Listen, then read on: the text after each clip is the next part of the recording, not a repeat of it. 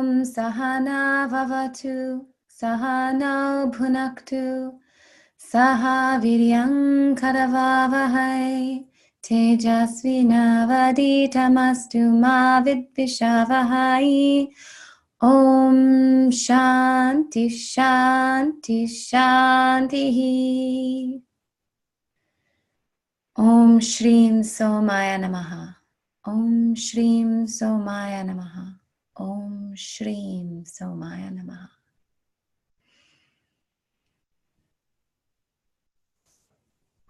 Okay, welcome to our second live class on Agni and Soma. And I think we've got all of our technical difficulties handled. Just type in the chat or wave your hands around like crazy if something stops functioning to let me know. Okay. We got a little chance, those of us who got on early, to start talking about noticing the play of Agni and Soma in life. And Beth shared how she was noticing an excess of Agni and a tendency to be burning the candle at both ends, and how she's using her Shri practice at the end of every day to replenish after burning up so much Soma during the day. And I said, of course, I myself have had a tendency towards burning the candle at both ends, towards depleting my Soma. And that's what led me to investigate Soma, especially after having, now I can't remember, it was in between the babies, but, you know, breast milk is a form of Soma. And so breastfeeding children, it's a Soma thing to do, but it's very easy for the mother to deplete Soma. It's one example of the many ways in which we can deplete Soma in life. And so having the experience of birth and breastfeeding and then working afterwards and all of that was what inspired me to investigate Soma more than I had. I had spent a number of years investigating and working with Agni, which is sort of a more focus in Ayurveda. We're always working on Agni and focusing on Agni. And so I backed out of that a little bit in order to focus on the Soma for the last couple of years. I'll share this thing because I mentioned breast milk. I'll share this thing that I shared in one of the retreats on Soma that some of you were attended. And that is that breast milk really is kind of a perfect example of Soma. You'll get a class with me in your final class of this program on Soma foods. And I talk about breast milk in that class as well. But I want to bring it up here to make the point that our life is designed to begin with Soma as the container. So you begin your life with colostrum and breast milk. If everything goes the way that nature designed it, it doesn't always.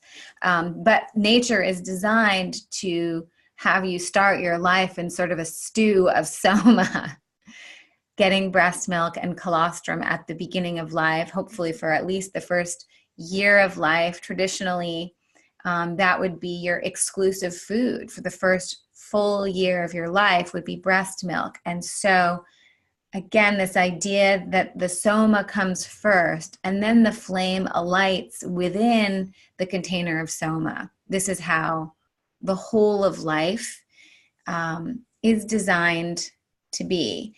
And Barbara, who's due to have a baby in a month, a little over a month, asked me earlier today, she said she was contemplating birth and the Agni and Soma aspects of birth. And so then we were contemplating that together. And what I came to, which I keep coming to again and again, is that all of life is designed to be Soma as the container with a flame of Agni within that container.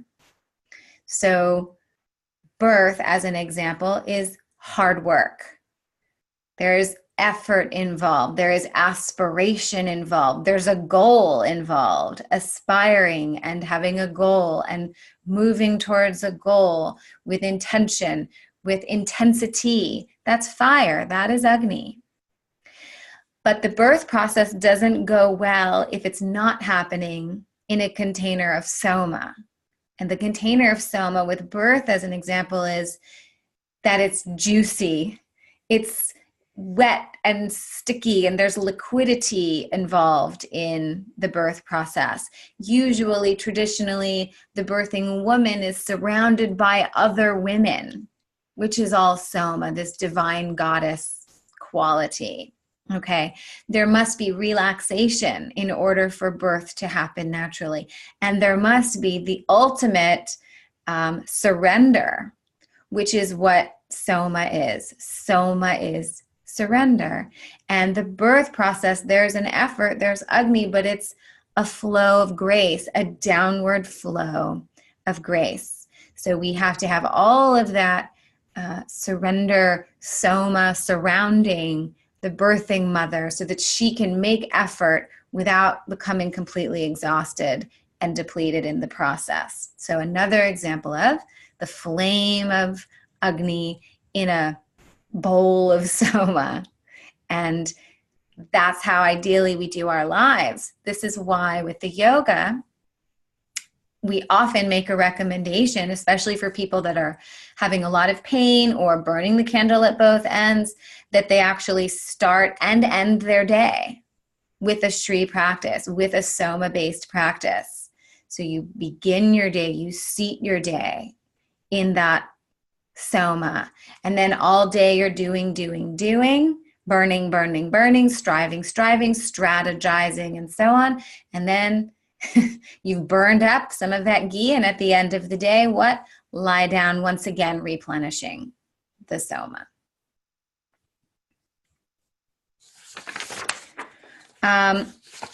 Like last week, we're going to do practice and learning together, both.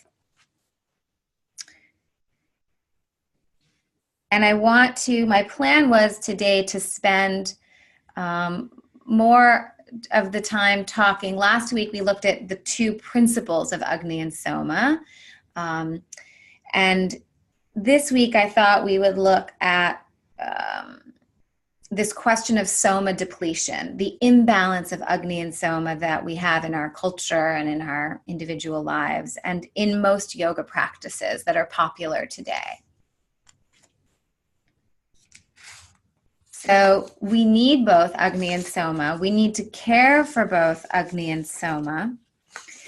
But as I mentioned last week, we need more Soma because Soma is what we are depleting in our modern life. And the fire is meant to rest upon the Soma.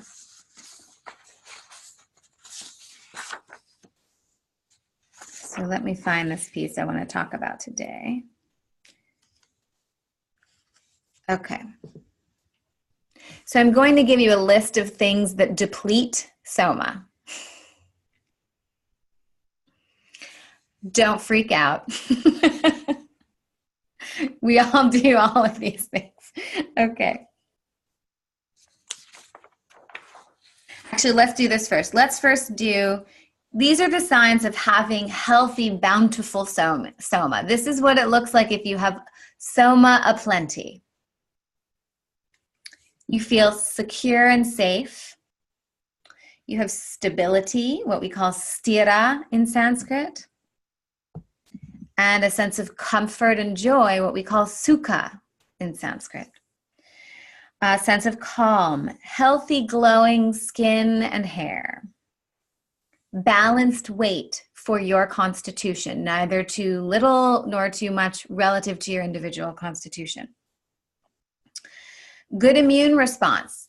Doesn't mean you never get sick. It means if you do get sick, you bounce back with resilience, and you may actually be healthier after a bout of sickness. Okay, so strong immune response.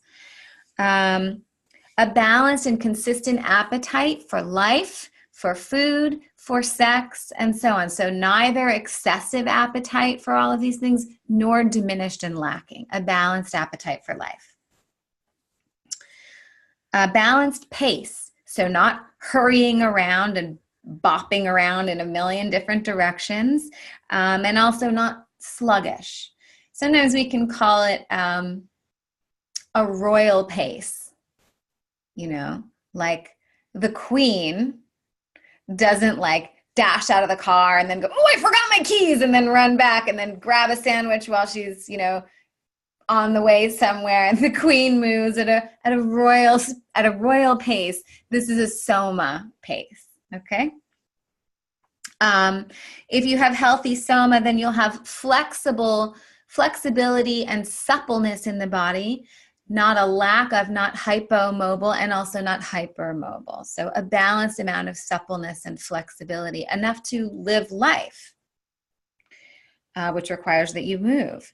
A feeling of strength and vitality and resilience, a smoothness in the voice, and an ability to give and receive love with ease. Love is not a struggle. When you hear people talking about how hard they're working on their relationship, right? This relationship is lacking Soma. If something's an uphill battle, it's missing Soma. It's lacking that juiciness of Soma. Also, we talked about sleep last week. Healthy, good sleep is a sign of good Soma. So you can use sleep to build your Soma. Okay, but also if you're getting good restful sleep easily, that's a sign that you have healthy Soma. Make sense? It goes both ways. So now signs of low, diminished, depleted Soma. Signs of early aging. Dryness. Quick to react. Quick to anger. Feeling scattered. Having highs and lows. Quick to stress. A lack of stability, so insecure, unstable, changing your mind easily, being unsure of everything, mood swings, energy swings, short attention span, can't sit still, frequent illness, and when you get sick, it's hard to bounce back from it. Excessive worrying or strategizing. Some of you will recognize that some parts of this list sound very similar to the list of people who have what? Hypermobility, right? Because hypermobile people are depleting their Soma, have a Soma depletion problem. So these things go hand in hand, okay? Painful sex or sexual dysfunction or a low sex drive. These are signs of low Soma. Exhaustion, diagnoses that have the word depletion or fatigue in them. Joint pain, low weight, or excess weight that's stuck in particular parts of the body, like belly weight, for example. Okay, so stuck, stagnant weight or low weight systemically. Being easily overwhelmed, feeling weak physically or emotionally, and being reliant on stimulants in order to cope. So something to help you wake up, something to help you survive the day, something to help you go to sleep at night, even if they're natural forms of, medicinal coping. That's a sign of low Soma, because Soma has a relationship with your connection to the natural circadian cycle. So when Soma is there, then you are wakeful during the day and restful during the evening, and you have enough slow burning fuel, Soma, to survive your day. So low Soma, you kind of need stimulants and then sedatives, even natural versions of those things. And disturbed Kundalini process is also a sign of low Soma. Remember last week I talked about the Sushumna, right? That central nadi that is the container of Kundalini fire, that Sushumna is actually a synonym for Soma and is the Soma container for Kundalini. So if that Sushumna nadi doesn't have the flow of Soma that prepares it for that fire of Kundalini, then we have disturbed Kundalini process. In addition, without Soma, then the nervous system can't handle a Kundalini process. We call it Kundalini process. We can also just call it a process of spiritual unfoldment, spiritual maturation and awakening. So spiritual awakening without Soma disturbs the body, mind, or life, or all three. Okay? So how does it happen? How do we decrease Soma? There's going to be overlap because the things that decrease Soma are also often the symptoms of decreased Soma, you'll see. So stress, for example, too much stress will diminish your Soma. It eats away at your Soma. But being easily stressed is a sign of low Soma. So a lot of these lists are going to overlap like that. So things that decrease your Soma: a stressful lifestyle, overstimulation, over purification, like too much cleansing, doing a lot of juice cleanses, or doing too many purifying yoga practices, multitasking, striving, achieving, never stopping, feeling never good enough, which drives all of that, overthinking, being also physically overactive, so mental overactivity and physical overactivity. So I spoke with a client a couple of days ago who said, oh, she loves to like climb mountains and push her body really hard and it feels so great. And I said, okay, how are you the next day? Do you still have energy the next day? She said, oh no, I'm totally wiped out the next day. I can't get out of bed. Okay, so that is depleting her Soma, obviously. So too much physical overactivity relative to your individual constitution. So it's going to be, for one person, can handle a lot more physical activity than another. Screen time depletes Soma. Excessive forceful or strong yoga practice, or yoga practice that is either too much movement, jumping up and down, flowing too quickly, or pulling the body into extreme angles. So excessive movement or excessive force in a yoga practice depletes the Soma. Conflict depletes Soma. An urban lifestyle. So if you've had the experience of being in nature for a period of time and you feel replenished, what happened? You replenished your Soma, being in the woods, being at the ocean. You can call it anything you want, but what it is a Soma replenishment. Okay. Lack of sleep depletes Soma. And what? If your Soma is depleted, you also will have a hard time getting good sleep. Too much worrying and strategizing depletes your Soma. And if your Soma is depleted, you will tend towards too much worrying and strategizing. Eating processed or chemical-laden foods or foods that are depleted of nutrients depletes the Soma. Skipping meals. Engaging in violence or watching violence or violent speech, angry speech depletes Soma. Excess of sex or sex outside of a loving relationship. Obviously, we have tremendous societal stress, particularly right now. And so we are depleting our Soma as a society, as I mentioned last time.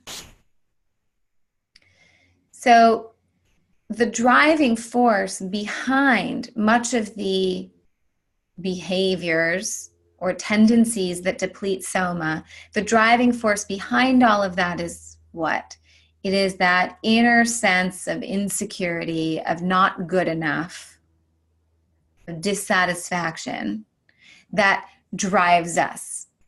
That is a fire in and of itself. The sense of insecurity and dissatisfaction causes desire, which is Agni.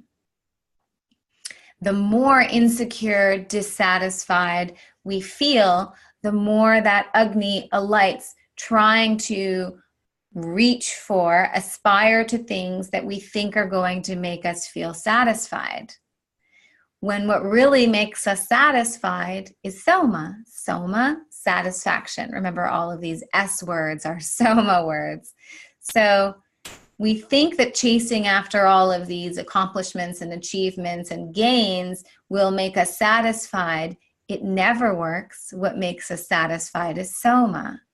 Then we can be with Soma. We are replenished. We are full. We feel whole and complete as we are. We feel satisfied. We continue to do what is to be done in our lives.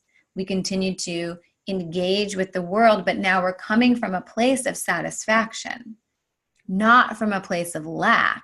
And actually we in the end accomplish more because we have more to give, and because we're not driven by insecurity. When you're driven by insecurity, you make the wrong choices. You run around in a million directions, not actually engaging in a useful, effective way. So the very thing that we think is going to make us feel satisfied is the thing that's taking us further away from Soma, and thus from true satisfaction. I'm going to share a quote with you, and then I'll check in if there's any questions. So this is from David Frawley. We are living in a time of tremendous depletion, stress, and confusion. The path of revitalization through Soma is very important. We need a paradigm shift of nourishment and connecting to the immortal essence, that's Soma, rather than just getting rid of our negativities and purifying.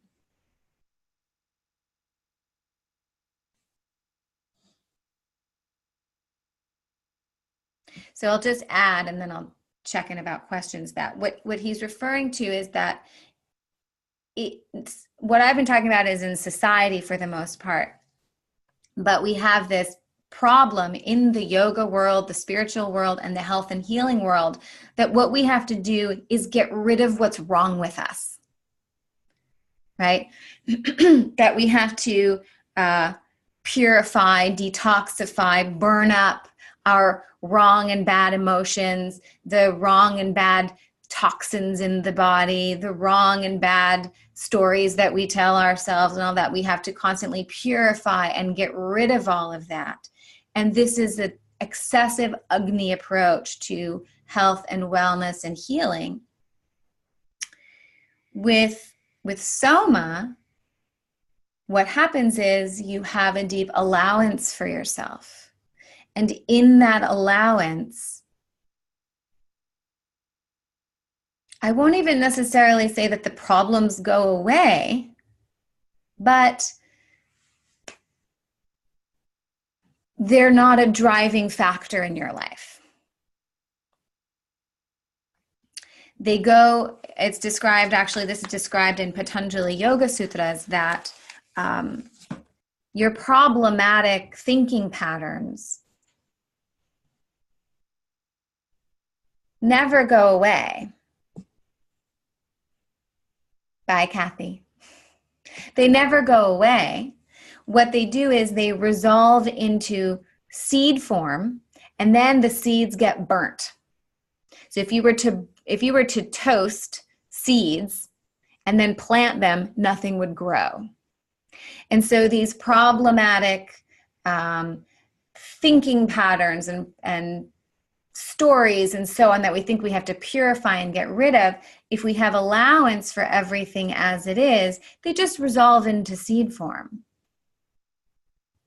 And then ultimately the seeds turn into a burnt seed form, and that's the end of that. You don't have to make everything go away. And if you do need to or want to purify something, you can do it again within that container of Soma, so that if you do a purification process, there's no depletion as a result of that purification. Okay, so now let me just unmute everybody. Does anyone have any? Actually, let me do this. Just raise a hand if you have a question and I'll unmute you. Okay, Jody, yes. Hi, Jody. Oh, you know what? I think it may take a minute. There we go. I got you. Okay. Can you share that David Frawley quote somewhere? Yeah, I think it may be in your handouts already, but I'll make sure. Okay. Okay. There's a page in the handout packet of quotes. Okay. And that one may be on there, but if it's not, I'll put it on the page. Thank you. Anyone else? Okay, I'm gonna grab my Soma. Hold on.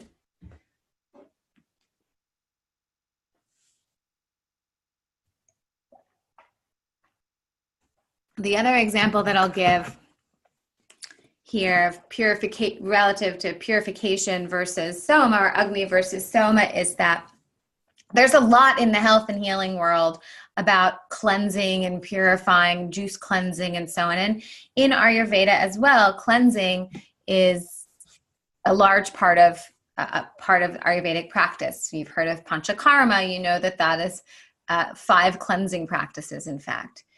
But in Ayurveda, which comes out of the Vedic tradition, so we use that as a means of understanding Agni and Soma, which are Vedic terms. Before you cleanse, you actually increase Soma. You build up the body first. And you also build up the mind with Soma. So you take retreat and you're in nature. You're not doing screens. You're not doing regular daily life. And you're oiling up the body and you're drinking ghee. Okay? You're replenishing first. Then purification takes place. Then purification practices are done. And then guess what? After those purification practices are done, cleansing things are done, afterwards, you do what's called Rasayana therapy. Rasayana therapy is rejuvenation therapy. It is to rebuild healthy tissue. It is Soma therapy. Rasayana can be seen as another therapy, can be also called Soma therapy. From the Ayurvedic perspective, the only reason to cleanse and purify is so that you have a body that can be replenished with Soma afterwards. That's the reason. So its purification is not done as its own end. It is a means to Soma.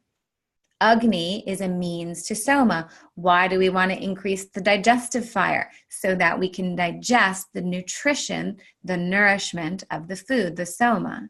Okay? So the reason for Agni is Soma. It has to happen in a container of Soma. Same thing I'm saying again and again in lots of different ways. Okay? So I'm going to give a list of the things that increase the flow of Soma, and then we'll do some practices. One is living in harmony with nature. That means engaging with the natural world, like being amongst trees and natural water bodies and so on, but it also means living a lifestyle that's aligned with the natural rhythms of nature. So eating at regular times, sleeping at regular times, eating seasonal foods, dharmic living, we can call this, living in alignment with nature. Getting deep, dreamless sleep. Meditation. Meditation is a huge way to build up Soma. So if you've been having trouble sleeping, as many people have this year that we've been dealing with eclipses and retrograde planets and all kinds of things, it's making everyone sleep berserk. Meditation rebuilds Soma. Heart-opening yoga practices, especially spinal twists that are focusing on twisting the rib cage, increase Soma. Yoga poses that open the left and right sides of the body, increase Soma. Um, certain Soma mantras, which we're going to do one right after this. The Soham mantra increases Soma. That's what we're going to do right after this. Whole, organic, fresh, sattvic foods increase Soma. Deep relaxation on a daily basis of the body and the mind increase Soma. So you're all doing great with that one. Soma forms of yoga, restorative, calming, the deeper forms of yoga. Increase your Soma. Yoga Nidra in particular. Pratyahara, so anytime you're drawing the mind and senses inward. So we've already said meditation, Yoga Nidra, relaxation yoga. That's all Pratyahara practice. There are herbs, which are nervine herbs, calming to the nervous system. These increase Soma because when your nervous system is calmed down, you don't have that drive, that sense of instability and insecurity that drives you to burn up your Soma. The experience of supreme love. This experience of supreme love is loving without a need for anything in return. Loving without pickiness. What I said to my yoga class on Wednesday night, I forget why this came up, but I said, I love all of you. And I don't care whether you like me or not. Okay? That's how supreme love works. You love freely, wholly, and completely without a need for anything in return.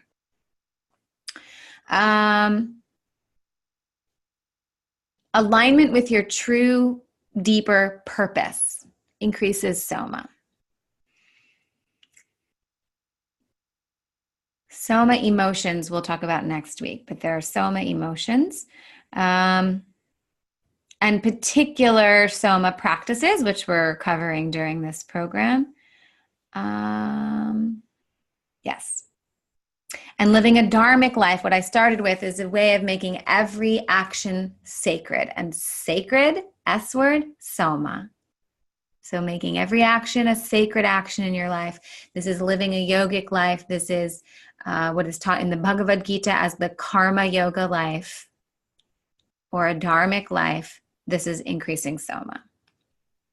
And then we need Agni to digest the Soma. We have to have Agni as well. Healthy, refined, balanced Agni. So we must have both.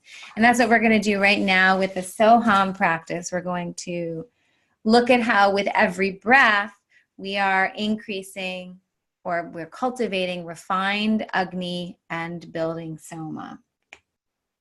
So we're going to do this sitting up. Yes, I see. There's a question. Hi, Serene. Hi.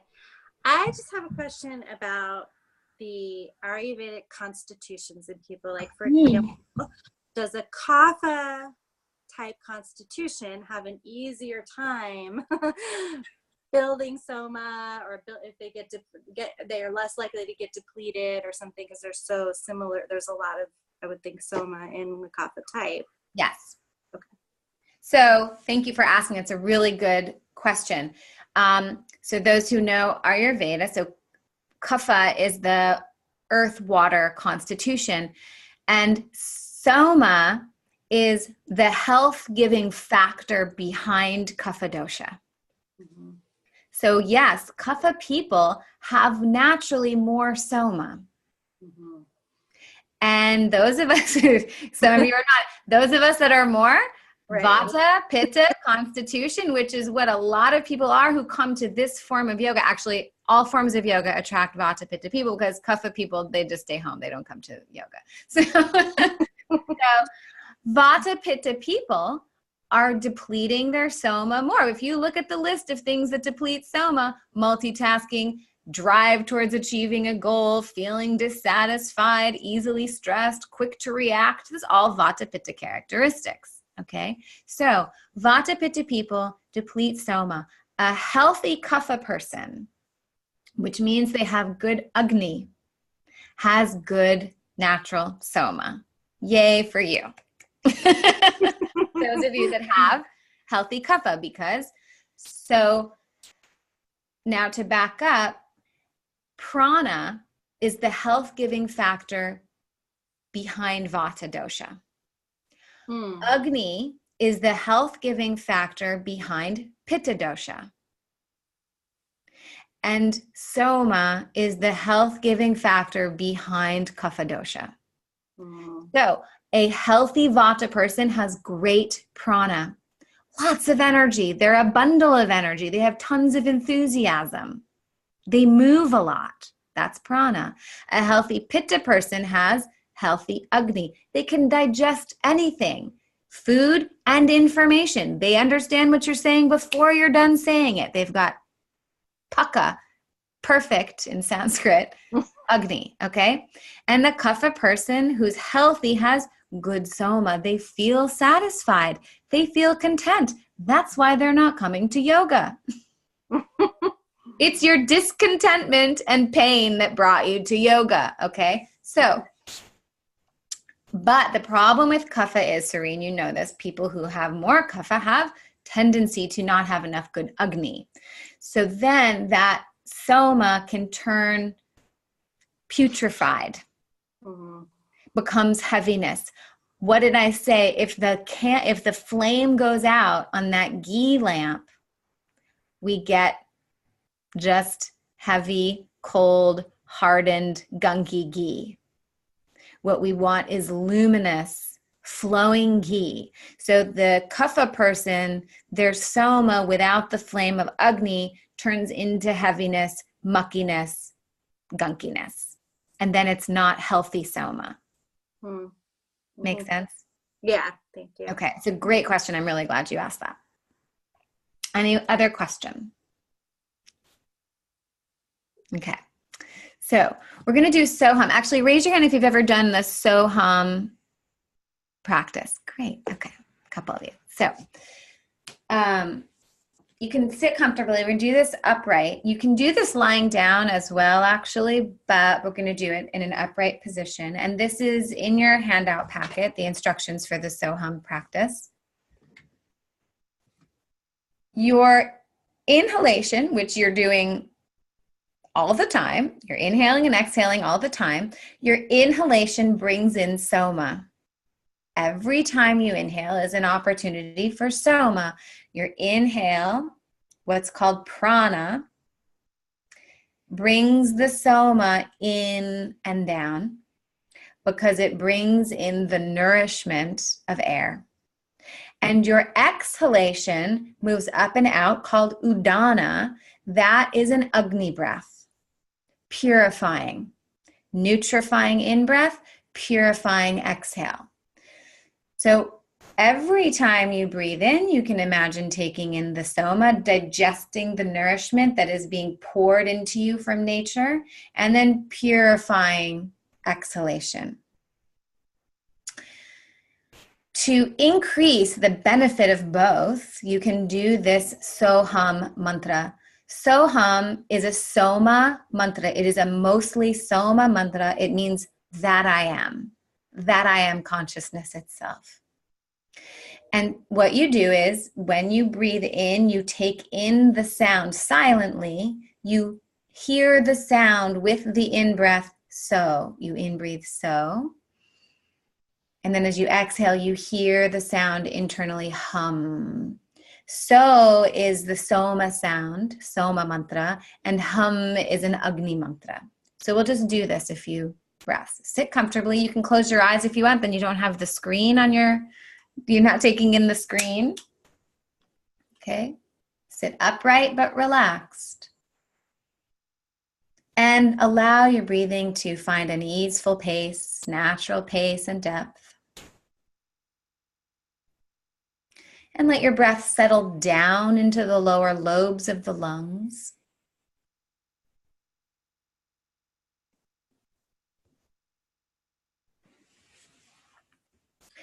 And as you breathe in the sound so. Exhale, hum. In so. Out, hum. I'm going to give a little extra instruction. Keep going, but I'm going to direct the breath along the spine a little more specifically to help open this pathway up. Excuse me. So when you inhale, so breathe in from your head to your heart. So exhale, heart to head, hum. We'll do that a few breaths. From head to heart, so as you breathe in. Exhale, hum, heart to head.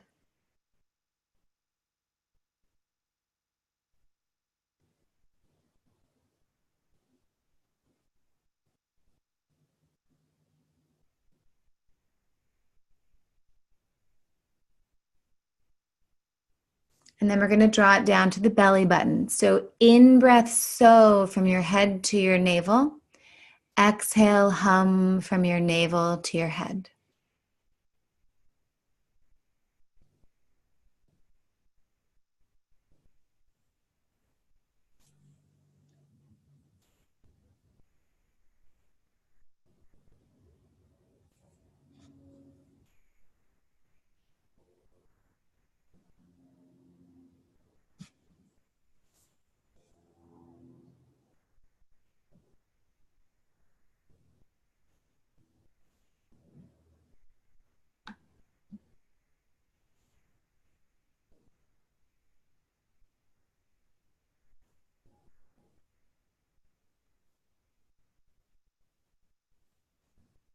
And then we're going to bring it down to the tailbone. Inhaling so from your head to your tailbone.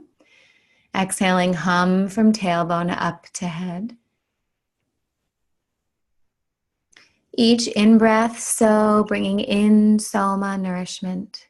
Exhale, hum is purifying and alighting Agni.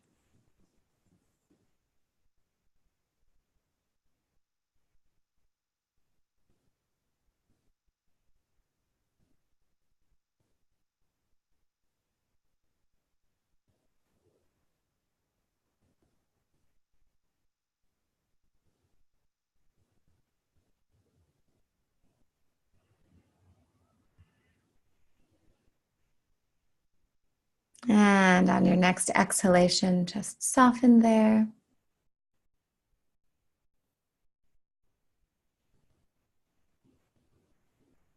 And your so hum breath continues at all times, even if you're not being aware of it. You can open your eyes. Yes, Beth. So I had heard that or read, I think, that inhaling down the left side, being the lunar side, exhaling up the right, but it occurs to me all my shingles happens on the right side. Should I be breathing down just the central channel and let it figure itself out and not Totally. In fact, you could, yeah, I would do a lot of more Soma. Just keep breathing in so down the left, like down the left though? I mean down the right. On the right. That's what I'm thinking because that's where all my fire happens. Right. Okay. That's great. This is how we utilize these practices. So where there's more fire, bring in more Soma. You yeah, there's more that could maybe be said, but that's exactly right. And yes, there are lots of variations of these breathing practices. So you can take left and right and so on, but we're just doing the central channel for now. Yeah. Okay, so now you'll see in your handout packet that you can do what we just did with Ujjayi as well. Okay, and so you can inhale the in-breath in and down with or without the sound so, and exhale the exhalation up and out with or without the sound hum. You can do it with so hum, that's another even layer on top, is bringing in the sound. So in other words, there's two things happening here. One is just the geographic direction of the breathing. In and down is so, up and out, I'm sorry, in and down is Soma, up and out is Agni. So just being aware of those directions, in and down prana, up and out udana. Same thing, different language, different words, okay, synonyms there. And then on top of that, the next level of practice, if you want to, is to be aware of the words soham. That I am is the meaning of that. That I am. There's another mantra some of you may have heard, Hamsa. So Hamsa is the opposing mantra to Soham mantra. Hamsa can be done as well, but it's a fire mantra. Hamsa, Hamsa, and it means I am that. Soham takes a passive approach to the recognition of the self as consciousness. In a passive way, the Soham mantra means that I am. And Hamsa is an Agni mantra, says I am that, and a more active recognition of the self as consciousness. Okay? I was realizing as I was directing you through the breath, I don't know if you can see on my puja here, Ganapati in the middle and Lakshmi and Saraswati on either side of Ganapati here. So Ganesha, Lakshmi, and Saraswati. And this is the traditional way in which these devas are aligned. Traditionally, you put Ganapati in the middle and you put Goddess Lakshmi on one side and Goddess Saraswati on the other side. This is this is Agni in the middle, surrounded by Soma. You see this? The goddesses, the Soma presence, surrounding the flame of Agni. Ganapati not only being the masculine, but also Ganapati is remover, resolver of obstacles, purifier, Agni. So you see it everywhere, okay? So we're going to do another practice. What I'd like to take you through is Ardha Parivritta Paschimottanasana, APP. And this is preparation pose for the Mahamudra, which comes next week, okay? So for this pose, you're going to need to sit on a couple of blankets, similar to what you did with Paschimottanasana last week. We rolled down and up, so 2 to 3 blankets under your seat. But then you're also going to want a rolled blanket for under one knee. And you're going to want 2 blocks. So a couple blankets to sit on with your legs extended. A blanket roll for under one knee and 2 blocks. And if you're not able to do the poses right now, that's fine. You'll have the video for later. And you'll also, the explicit directions for this are in your handout packet.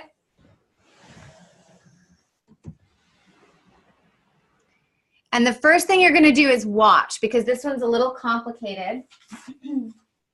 So I'm going to demonstrate it. And if you go on to teach this, you'll see you really need to demonstrate it every time you teach it, because it is complicated. And because the idea behind the Soma practices is, of course, to get minds to quiet. So if the students are straining to understand what's happening and confused and so on because you didn't demonstrate, then of course you're diminishing the Soma effect. Okay.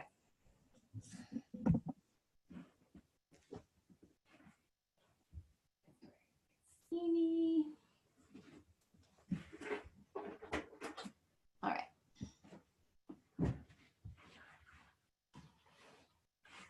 So, blocks.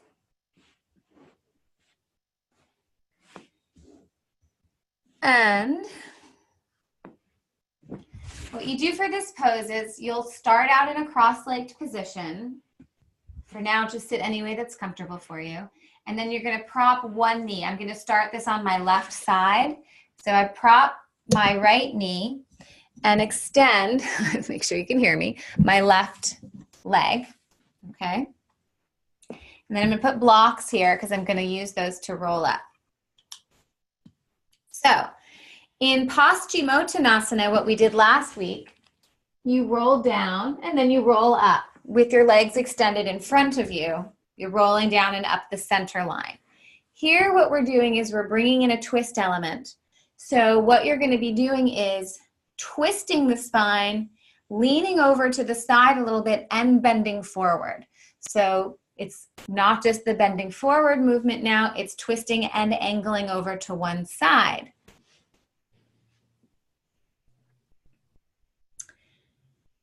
Okay, so I'm just going to go into it. We can talk about the details afterwards. So, I'm going to demonstrate it for you. So what I'm going to have you do is you're going to use your arms to twist, and then I'm going to tell you to look at your toes and tip forward. This back arm comes to the block or floor, and you'll use your arms to twist again.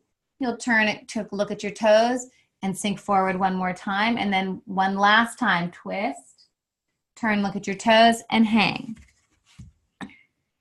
So 3 times you twist and go forward, twist and go 3 times. Then you're hanging over your leg. Then, just like regular Paschimottanasana, you turn your palms down onto the blocks and you find the lowest point that's rolled down and you start rolling up. And you do it slowly, except, I'm going to speed up. The way that you went in was that you not only rolled forward, but you twisted and angled over to the side. So now when you come up, each vertebra doesn't just roll up, it's also untwisting and angling back to center. So each vertebra is sort of as though it's doing 3 different movements all at the same time. Okay? So I'm going to talk you through it. Go ahead and start in a cross-legged position.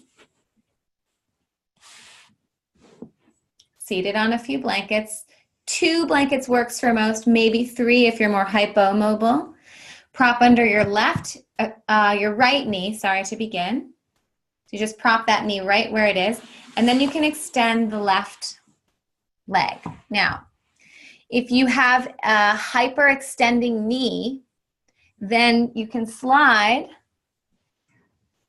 a rolled blanket behind the back of that thigh. And that blanket will just bump right up into the sole of the other foot. We're looking for an alignment here where if you were to sight down your leg, the sole of your foot is lined up with the inside of your thigh. So if there's a blanket behind this leg because of a hyperextending knee, that blanket just bumps right into, supports the sole of your foot. It's actually quite nice under the foot. Okay? Make a fist with your left hand and place it behind you.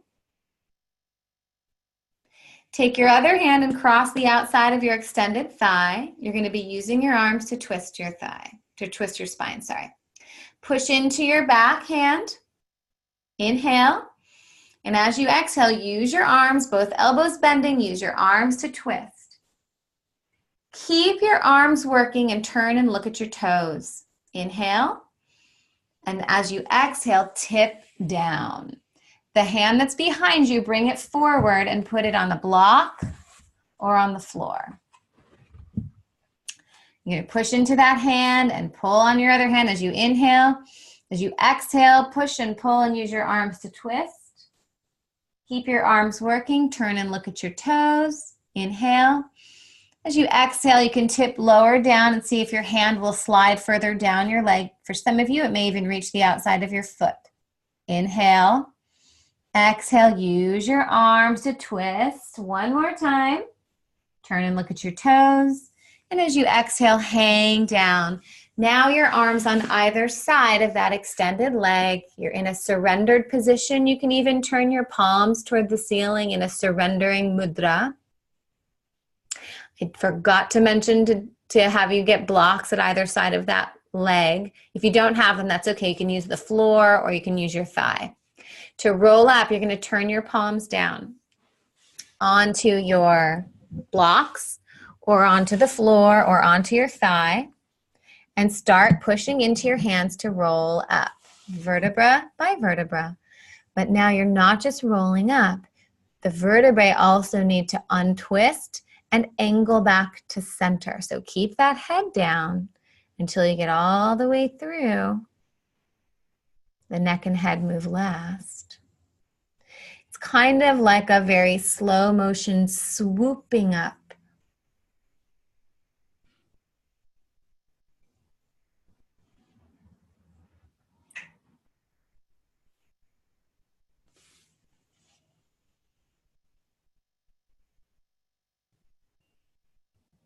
Once you've come all the way up, you can sit in a cross-legged position and let the effects of that continue for you.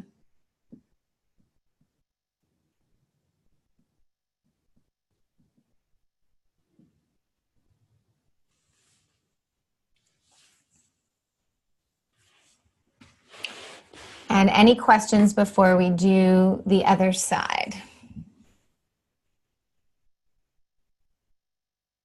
Okay. So in a cross-legged position, you're going to prop now the left knee, extending the right leg, lining up the sole of your left foot with the inside of your right thigh. Get blocks on either side of that extended leg. I do find that makes a difference, helps.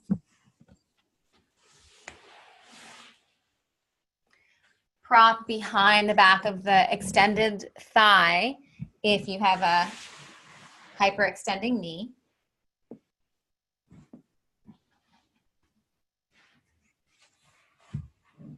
Make a fist with your left hand and your right hand and place it behind you.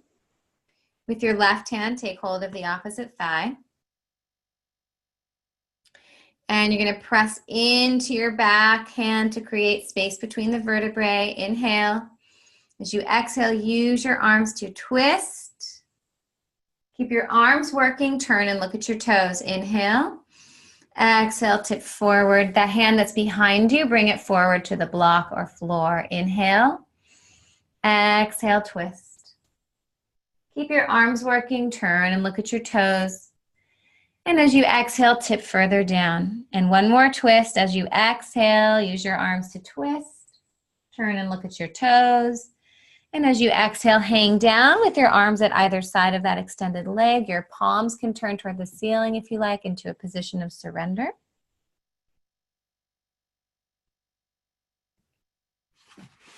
And then you're going to turn your hands down when you're ready and start the rolling up process, vertebra by vertebra.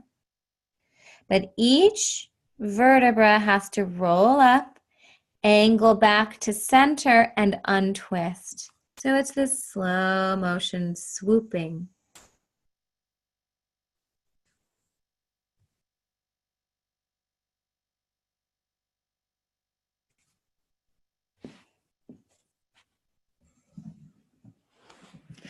And if you were to talk students through this process, you could go behind them and find any points of their spine from behind that aren't moving and give them a little touch on those points. See if you can move here.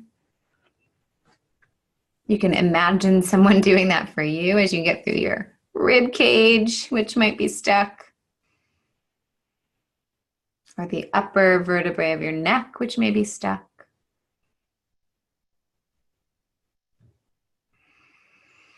Once you've come all the way up, you can sit cross-legged and let the effects continue.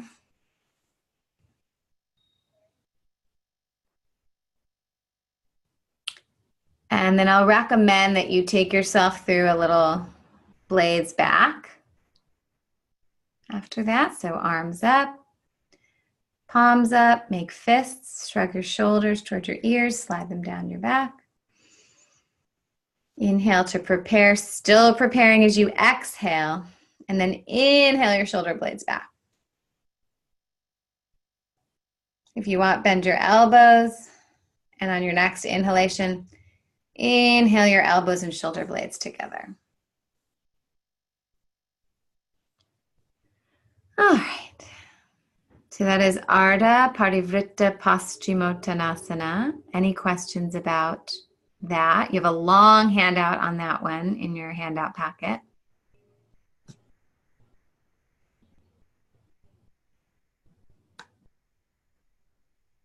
Any questions? No? Okay. So it's a very powerful pose. It's very deep and very blissful and very accessible. I have not had anyone, as my son Julian says, nobody doesn't like it. I have never had anybody not be able to do that pose. Okay? Except for pregnancy. Because you don't want to twist the belly during pregnancy. So I love how it's deep and accessible at the same time. It's advanced and accessible at the same time. And everybody gets exactly what they need out of it. So the people that aren't moving very much, they're getting a ton out of it. The people that are advanced and experienced and their bodies move easily, they're getting a ton out of it, okay? Getting just what they need. I wanted to take you through one more pose, but I know we're going over time. We got a kind of a late start because I had that tech problem. So if you're able to stay, we'll do one more pose. I'm going to talk whoever can stay through it, and then it'll be on the recording if you do have to go, because it's 4:09 at this point, West Coast time. Okay. If you want to stay, then you'll need to lunge, which is very beneficial after doing the pose you just did. Lunge helps you integrate the effects of that. That's in the handout on that pose. And then after lunge, we're going to do essentially cat stretch, which is preparation for the Soma flow that we'll do next week. So lunge.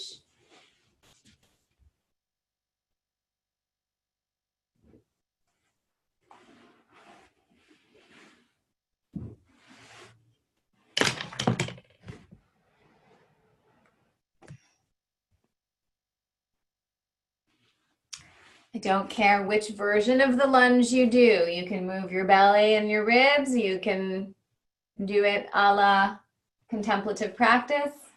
You can do both. Hybrid.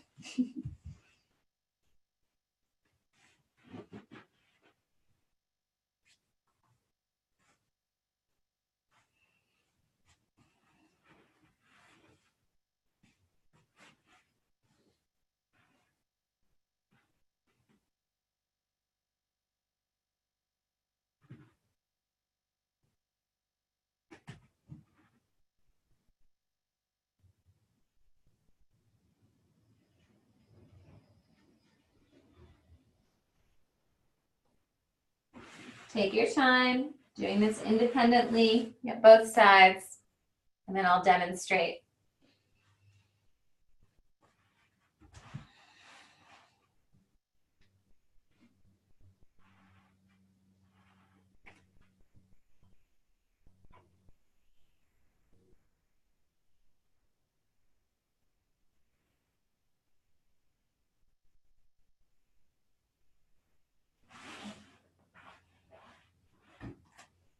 Okay.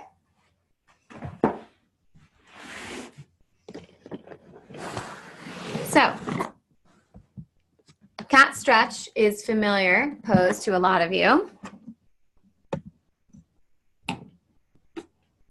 Sure you can see me.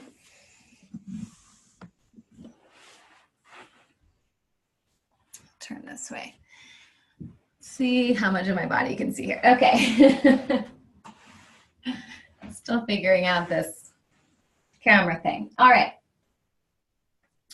So to do this pose, you would bring your knees and toes together, come into child's pose. It's okay if your butt is floating. You'll be extending your arms in front of you with your fingers really spread wide, and I like to recommend the middle fingers are pointing straight ahead. I'll remind you of that when you go in. And the head comes down.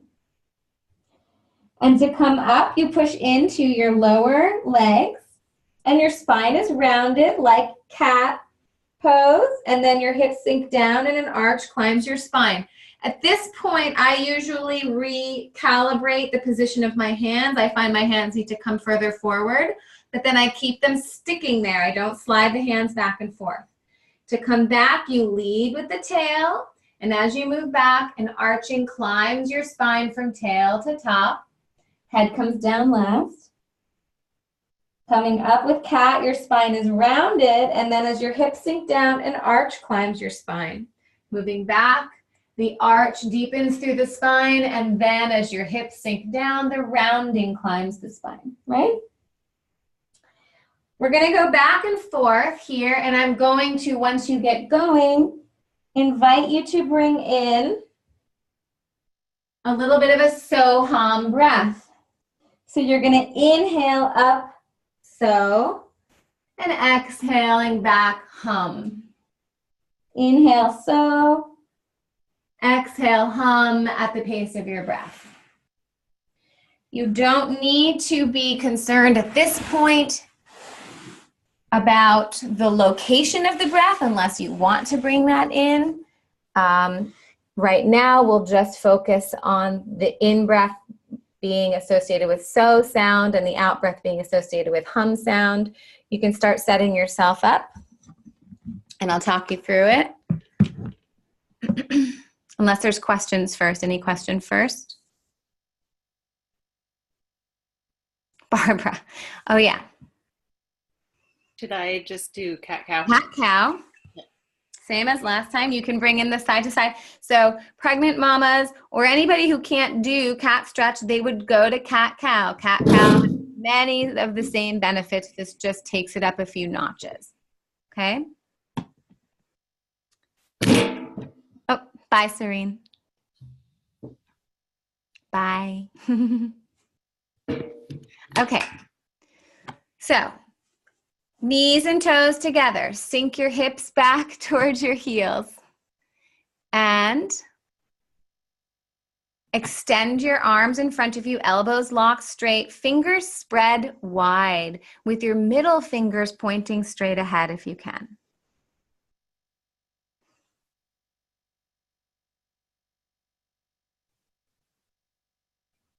And when you're ready, you're going to push into your lower legs, keeping your arms straight, locked straight, coming up with your spine rounded as your hips drop down, your spine arches slowly, neck and head come up last.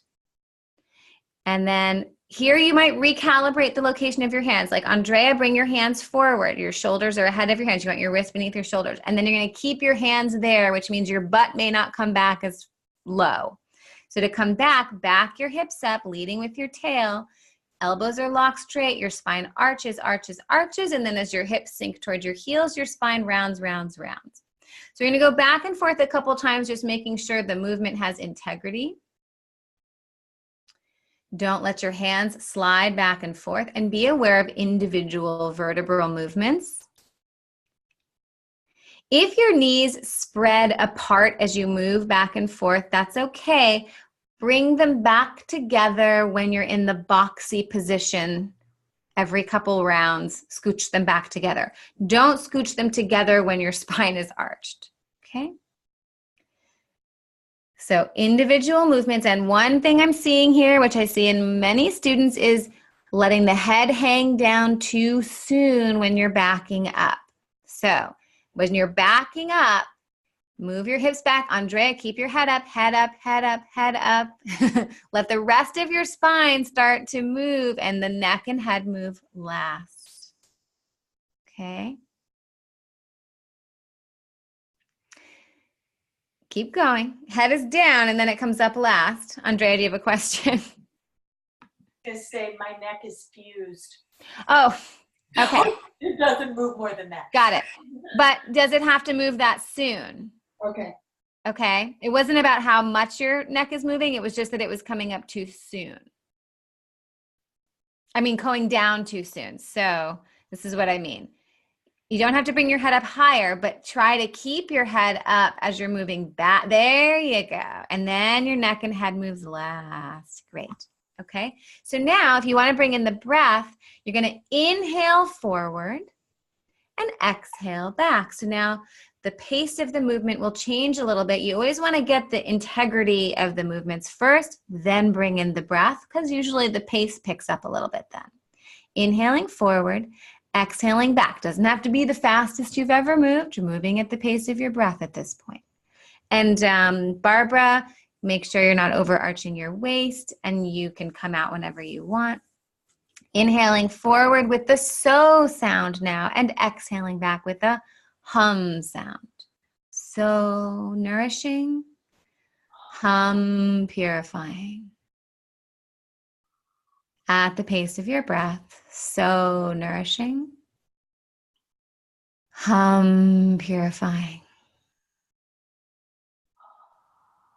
Inhaling in as you come forward, a nourishing Soma breath. Exhaling hum as you come back, purifying exhale.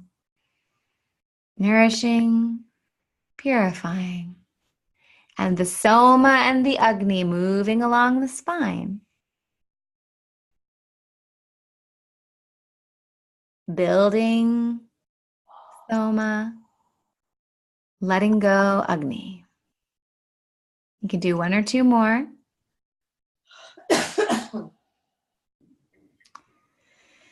And then the next time you come into child's pose, you can rest there.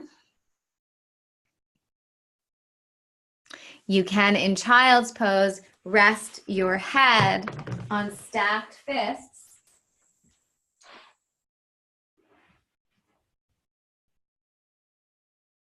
Which will pitch a little bit of the weight into your seat. Of course, if your butt is floating, not able to lean into your heels, then put a few folded blankets under your elbows and fists. If you couldn't do child's pose at all, I would tell you to lie on your back and do recline child's pose or curl up on your side. Something to round out the spine in a neutral way. When you feel ready, you can come up from that and sit up.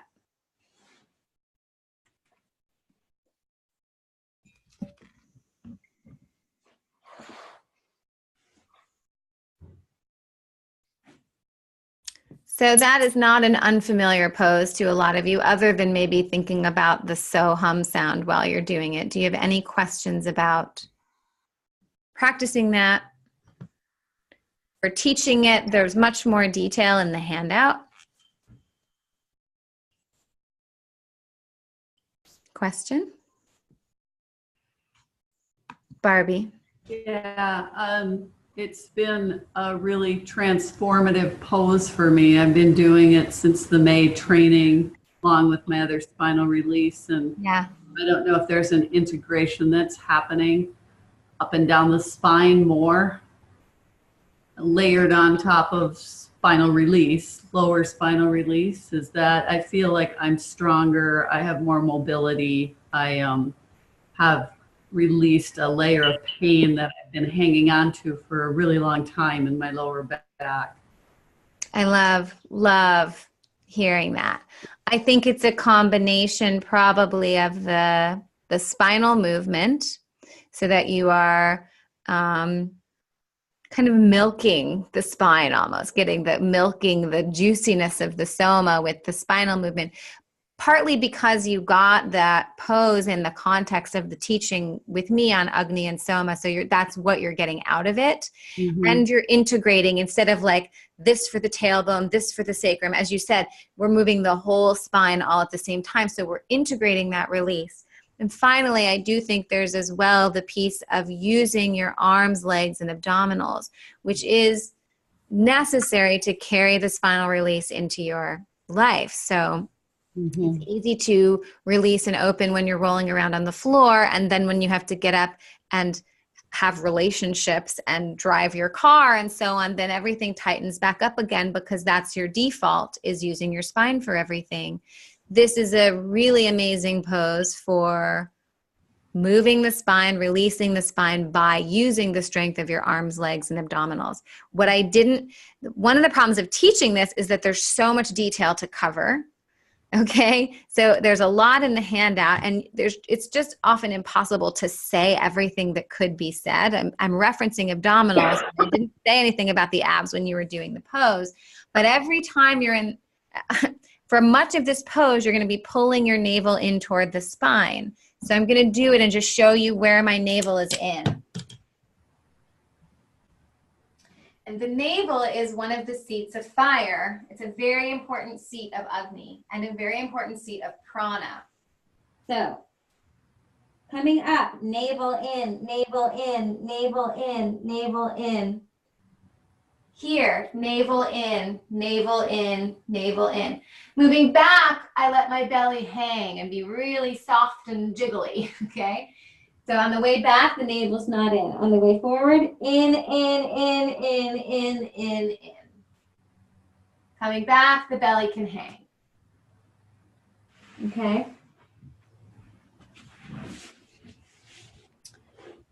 So yeah, thank you for sharing that, Barbie, that experience that you've been having with it. I love that. It's such a great pose. Yeah.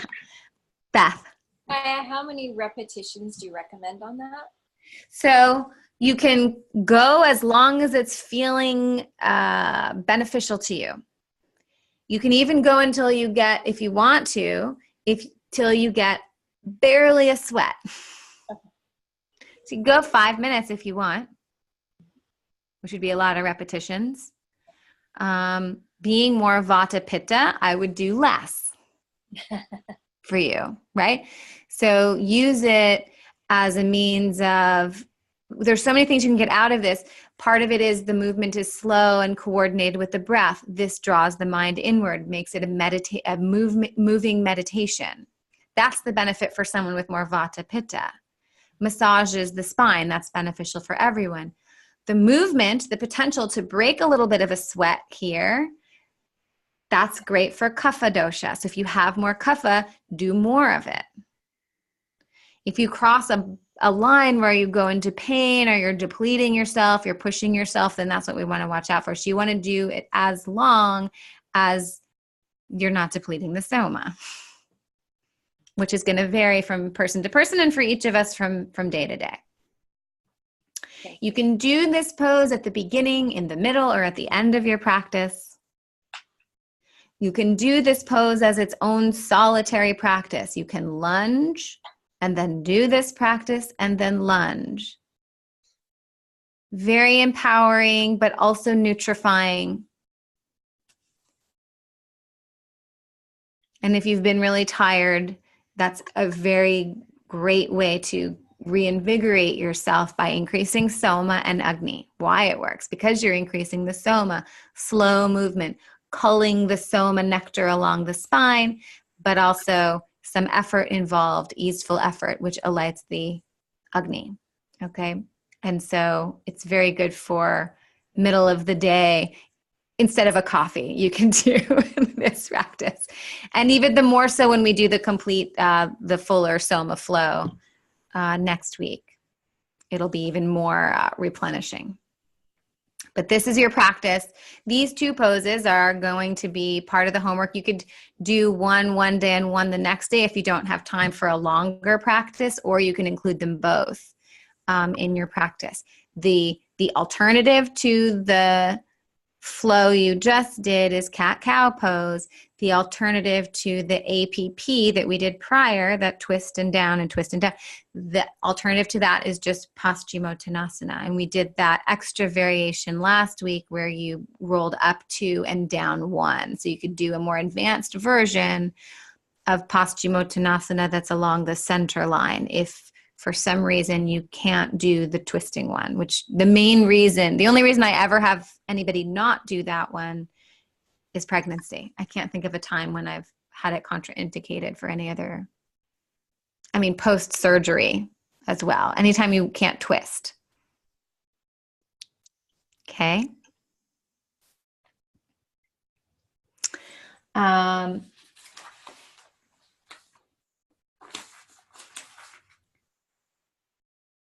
I'll do a prayer and then I'll stay on in case there are questions.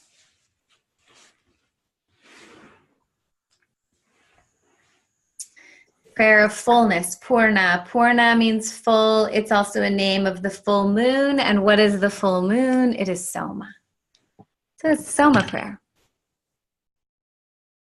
Om Purnamadav Purnamidam Purnat Purnamudachyate Purnasya Purnamadaya Purnameva Vashishyate. Om Shanti Shanti Shanti.